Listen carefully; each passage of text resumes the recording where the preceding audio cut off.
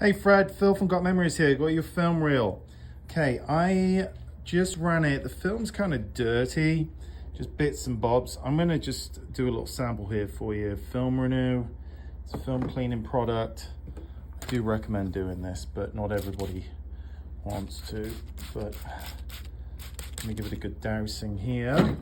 And there's no real automated way around this. It's all very fiddly, but I'm going to show you what comes off on the film. Just on, and I do this a two-way. I rewind it. Sorry, I put it onto a new reel, and then I do it backwards as well. So it's a two-pass clean. But just this bit of film here, you can kind of see there the dirt. And that's just from a few feet of it. And it also kind of wets it a little bit.